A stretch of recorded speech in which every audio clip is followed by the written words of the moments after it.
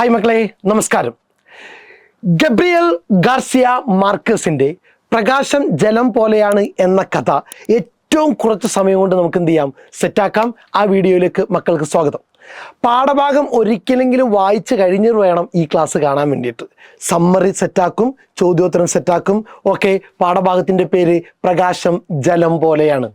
പാഠസംഗ്രഹം: കടലും കപ്പലും വള്ളങ്ങളും ധാരാളമുള്ള തുറമുഖ നഗരമാണ് കാഡ്ജിന. ഈ കഥയിലെ പ്രധാന കഥാപാത്രങ്ങളായ ടോട്ടോ, ജോവൽ എന്നീ കുട്ടികൾ കുട്ടിക്കാലം ചെലവഴിച്ചത് ഇവിടെയാണ്. വള്ളം വെക്കാൻ ഷെഡും ബോട്ടടിപ്പിക്കാൻ സ്ഥലവും വിശാലമായ മുറ്റവുമുള്ള കാഡ്ജിനയിലെ വീട്ടിൽ നിന്ന് അവർ പറിച്ച് മാറ്റപ്പെടുന്നിടത്തു നിന്നാണ് മാർക്കസിൻ്റെ പ്രകാശം ജലം പോലെയാണ് എന്ന കഥ ആരംഭിക്കുന്നത്. ഇപ്പോൾ അവർ യൂറോപ്യൻ പരിഷ്കൃത നഗരമായ മാഡ്രിഡിലാണ് താമസിക്കുന്നത്. കാഡ്ജിനയിൽ നിന്ന് അവർ എങ്ങോട്ട് സ്ഥലം മാറി? യൂറോപ്പിലെ പരിഷ്കൃത നഗരമായ മാഡ്രിഡിലേക്ക്. ഒരു വലിയ ഫ്ലാറ്റ് സമുച്ചയത്തിലെ 5-ാം നിലയിലെ അപ്പാർട്ട്മെൻറ്റിൽ അച്ഛനമ്മമാർക്കൊപ്പം കഴിയുന്നു. കടൽമുറ്റത്തിൻ്റെ വിശാല വിസ്തൃതിയിൽ നിന്നും ഫ്ലാറ്റിൻ്റെ കൃത്യചതുരത്തിലേക്കും നിശ്ചലതയിലേക്കും കുട്ടികൾ എത്തിച്ചേർന്നിരിക്കുന്നു. ഈ ഒരു പ്രവാസത്തിൻ്റെ സന്ത്രാസത്തെയാണ് കഥാകാരൻ കഥയിൽ അടയാളപ്പെടുത്തിയിരിക്കുന്നത്. ഫ്ലാറ്റിലെത്തിയ പാടെ അവർ മാതാപിതാക്കളോട് ആവശ്യപ്പെടുന്നത് ഒരു തുഴവള്ളമാണ്.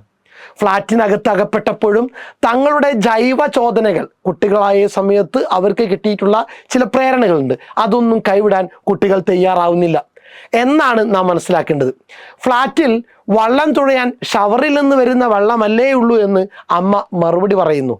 പഠനത്തിൽ മികവ് പുലർത്തി സമ്മാനം വാങ്ങിയാൽ തുഴവള്ളം വാങ്ങിത്തരാമെന്ന് മാതാപിതാക്കൾ ഒരുമിച്ച് വാഗ്ദാനം ചെയ്യുകയും ചെയ്യുന്നു.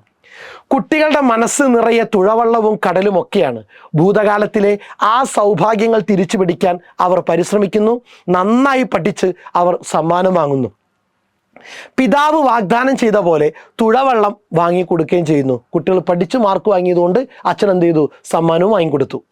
അങ്ങനെ ആ ഫ്ലാറ്റിലെ കാർ ഷെഡിലാണ് തുഴവള്ളം കൊണ്ടുവച്ചത്. പിന്നീട് കൂട്ടുകാരുടെ സഹായത്തോടെ 5-ാം നിലയിലെ അപ്പാർട്ട്മെൻറ്റിലെ മുറിയിലേക്ക് വള്ളത്തെ വലിച്ചു കയറ്റി.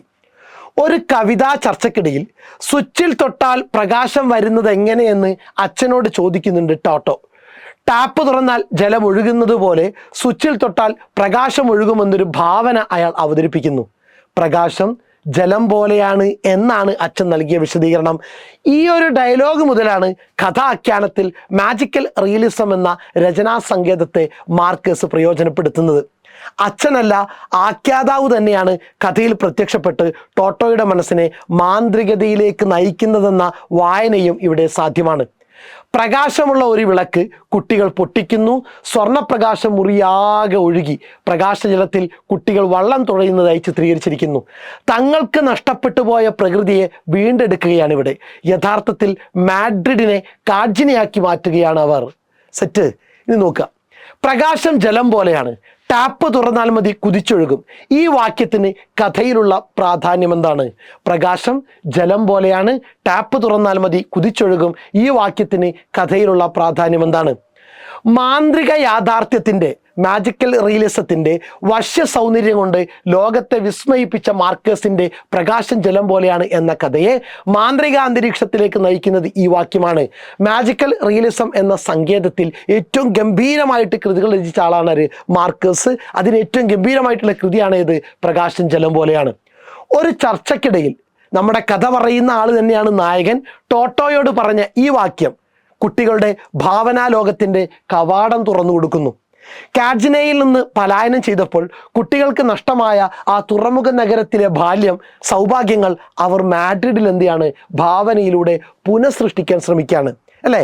ആ തുറമുഖ നഗരത്തിൽ നിന്ന് കുടിസുമുറിയിലേക്ക് വന്നപ്പോൾ അവരുടെ ഒരു വലിയ ലോകമാണ് അവർക്ക് നഷ്ടപ്പെട്ടത്. ആ നഷ്ടപ്പെട്ട ലോകത്തിന് അവരിവിടെ എന്ത് ചെയ്യാണ്?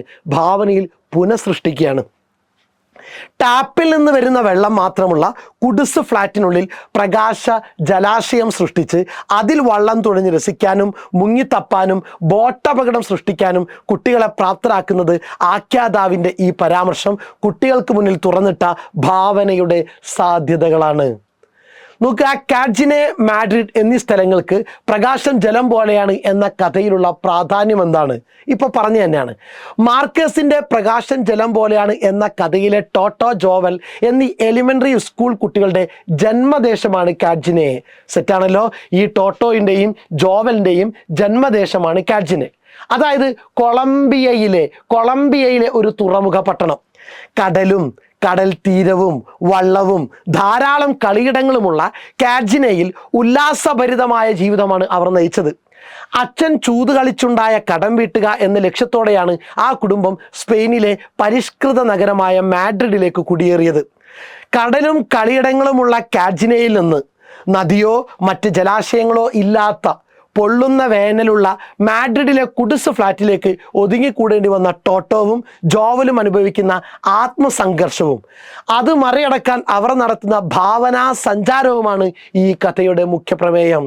അതുകൊണ്ട് ഈ രണ്ട് സ്ഥലങ്ങൾക്ക് ഈ കഥയിൽ വലിയ പ്രാധാന്യമുണ്ട്. സെറ്റല്ലേ? ദെൻ നെക്സ്റ്റ്, കൊളംബിയയിൽ അധിനിവേശം നടത്തിയ സ്പെയിനിനോട് എഴുത്തുകാരൻ്റെ ഉള്ളിൽ നീറുന്ന പ്രതിഷേധത്തിൻ്റെ സൂചനകൾ പ്രകാശം ജലം പോലെയാണ് എന്ന കഥയിൽ കണ്ടെത്താനാകുമോ? കൊളംബിയയിലേക്ക് കടന്നുകയറ്റം നടത്തിയ രാജ്യമാണ് സ്പെയിന്. തൻ്റെ പ്രതിഷേധം തൻ്റെ നോവലുകളിലൂടെ ആര് വ്യക്തമാക്കുന്നുണ്ട്? നമ്മുടെ ഗാബോ വ്യക്തമാക്കുന്നുണ്ട്. കുറിപ്പെഴുതുക. കൊളംബിയൻ എഴുത്തുകാരനായ മാർക്കസിൻ്റെ പ്രകാശം ജലം പോലെയാണ് എന്ന കഥയ്ക്ക് ചില രാഷ്ട്രീയ മാനങ്ങളുണ്ട്. കൊളംബിയയിൽ അധിനിവേശം നടത്തിയ സ്പെയിനിനോട് ഉള്ളിൽ നീരസമുള്ള എഴുത്തുകാരനാണ് മാർക്കസ്. അതിൻ്റെ സൂചനകൾ പ്രകാശം ജലം പോലെയാണ് എന്ന കഥയിൽ കാണാം. സ്പെയിനിൻ്റെ പ്രിയ പുഷ്പമായ ജറാനിയത്തിൻ്റെ ചെടിച്ചട്ടിയിൽ സ്കൂളിലെ കുട്ടികൾ മൂത്രമൊഴിക്കുന്നു. അവർ സ്പെയിനിൻ്റെ ദേശീയ ഗാനത്തിന് പാരഡി ഉണ്ടാക്കി പാടുന്നു. കഥയുടെ അന്ത്യത്തിൽ സ്പെയിനിനെക്കുറിച്ച് നദിയോ കടലോ ഇല്ലാത്ത പ്രകാശത്തിൽ തുഴഞ്ഞു നടക്കുന്ന, ശാസ്ത്രം ഒരിക്കലും സ്വന്തമാക്കാത്ത ആളുകളുള്ള മാഡ്രിഡ് എന്ന പരാമർശത്തിൽ മാജിക്കൽ റിയലിസത്തിൻ്റെ വശ്യസൗന്ദര്യം ഒരിക്കലും മനസ്സിലാവാത്ത ആ രസികന്മാർ ജീവിക്കുന്ന മാഡ്രിഡ് എന്ന സൂചനയാണുള്ളത്. ഇവിടെയെല്ലാം മാർക്കസിന് സ്പെയിനിനോടുള്ള നീരസം പ്രകടമാണ്. സെറ്റാണല്ലോ. അപ്പോൾ പാഠഭാഗം വായിക്കുക, സമ്മറി നോക്കുക, ചോദ്യോത്തരം സെറ്റാക്കുക, നിങ്ങളുടെ അഭിപ്രായങ്ങളും നിർദ്ദേശങ്ങളും കമൻറ്റ് ബോക്സിൽ രേഖപ്പെടുത്തുക. Okay, thank you.